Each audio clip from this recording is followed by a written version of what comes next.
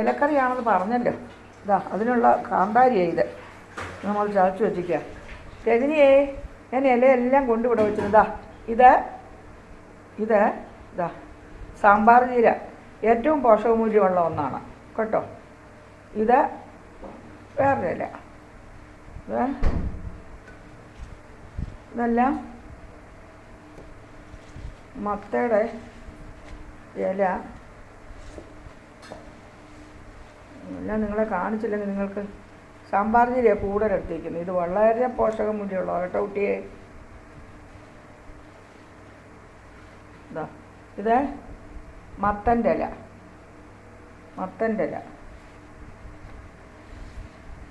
ഇത് ചേമ്പിൻ്റെ ഇല. നിങ്ങൾ ചേമ്പല എടുക്കുമ്പോൾ ശ്രദ്ധിക്കണം, ചൊറിയുന്നതാണോന്ന് കേട്ടോ.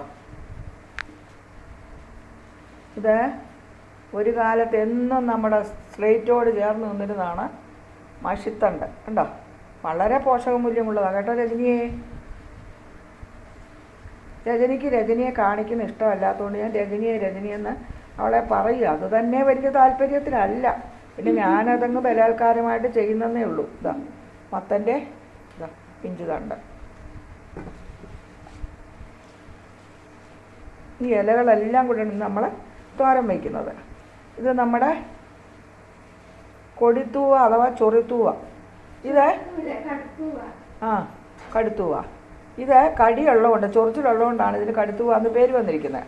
ഇത് ഇത്തിരി ചൂടുവെള്ളം തളിച്ചാൽ ഇതിൻ്റെ ചൊറിച്ചിൽ പോകും. അങ്ങനെ തളിച്ച് വെച്ചിരിക്കുന്ന അത്. മത്തൻ്റെ ഇല ഇപ്പോൾ കിട്ടാനില്ലാത്ത കാലഘട്ടമാണ്. പിന്നെ രജനി ഇത്തിരി കൊണ്ടു തന്നതാണ്. നമ്മുടെ ബാക്കിൽ നിന്നതാണ്. അതപ്പോൾ അവൾ പറിച്ചുകൊണ്ട് തന്നു. കൊണ്ടു തന്നാന്ന് പറയുമ്പോൾ നിങ്ങൾ വിചാരിക്കേണ്ട രജനിയുടെ വീട്ടിൽ നിന്നാണെന്ന്. അങ്ങനെയൊന്നും അവരുടെ വീട്ടിൽ നിന്നൊന്നും അവൾ ചിരിക്കാൻ വല്ലപ്പോഴും ഞാനൊന്ന് പറയാമല്ലേ. ഇടയ്ക്ക് രജനി വന്നു സഹകരിച്ചപ്പോൾ നിങ്ങളും എല്ലാം ഇഷ്ടപ്പെട്ടതല്ലേ. ഇപ്പോൾ വീണ്ടും രജനിക്ക് വലിയ നിലവാരമായി. ഇതാ കൂട്ടുകാരെ,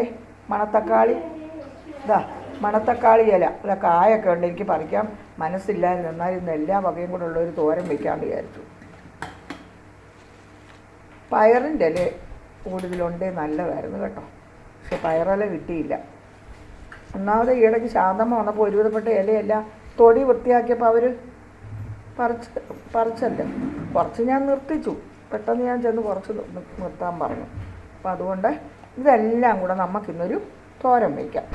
ഇത് നമ്മുടെ രജനി നല്ല അരിഞ്ഞ് നീറ്റാക്കി ഇപ്പം എടുക്കും.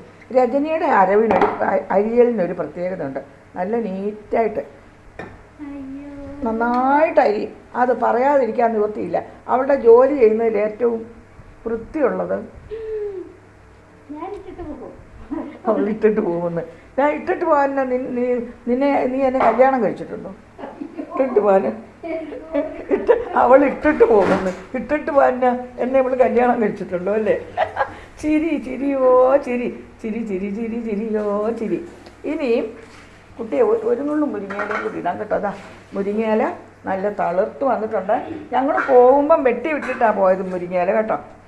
മുരിങ്ങയില ഞങ്ങൾ പോകുമ്പോൾ വെട്ടി വിട്ടിട്ടാണ് പോയത്. ഇതാ നല്ലോണം തളിർത്ത് വന്നിട്ടുണ്ട് കേട്ടോ. ഇത് ഞാനിന്ന് ഒരു പലഹാരവും കൂടെ ഉണ്ടാക്കാൻ വേണ്ടിയാണ്. പക്ഷെങ്കിൽ എനിക്ക് ഇന്ന് വൈകിട്ട് പറ്റിയ നല്ലത്.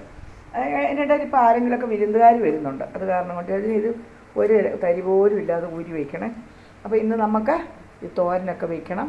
ഇന്നലെ ഞാൻ കലക്കി വെച്ച ഉപ്പ് നിങ്ങളെ കാണിക്കാം. ഇതാ തെള്ളി കണ്ടോ. ഇന്നലെ കലക്കി വെച്ച കല്ലുപ്പ്, ഇത് പൊടിയുപ്പ് പൊടിച്ച, നമ്മൾ കല്ലുപ്പ് പൊടിച്ചത്. അത് അപ്പുറത്ത് കുരുമുളക്, അങ്ങനെ ഓരോന്നിരിക്കുകയാണ്. ഇത് കണ്ടോ എത്ര സ്ഫടിക സംകാശമായിട്ട്, അതൊക്കെ സ്ഫടികം പോലെ കിടക്കുന്നത് കണ്ടോ. ഇനി ഇത് ഈ മുകളിലത്തെ തെളി തീരുമ്പം തിളപ്പിച്ചരച്ച വെള്ളം ഒഴിച്ച് ഇളക്കി കൊടുക്കും. എന്നിട്ട് അത് വീണ്ടും ഇതുപോലെ ആകും. അങ്ങനെ അടിയിൽ ചെന്ന് കഴിയുമ്പോൾ മുഴുവൻ മണ്ണും പൊടിയായിരിക്കും കേട്ടോ. ഇത് നിങ്ങളെല്ലാവരും ഉപ്പ് കലക്കി ഇങ്ങനെ കുപ്പിപ്പാത്രത്തിൽ സൂക്ഷിക്കണം. അലുമിനിയത്തിലും സ്റ്റീലിലും ഒന്നും സൂക്ഷിക്കരുത്. കുപ്പിപ്പാത്രത്തിൽ തന്നെ സൂക്ഷിക്കണം. അല്ലെങ്കിൽ ഭരണി വേണേലും ആകാം കേട്ടോ. അപ്പം നമുക്കിനി തോരൻ്റെ പരിപാടിയിലേക്ക് കടക്കാമല്ലേ.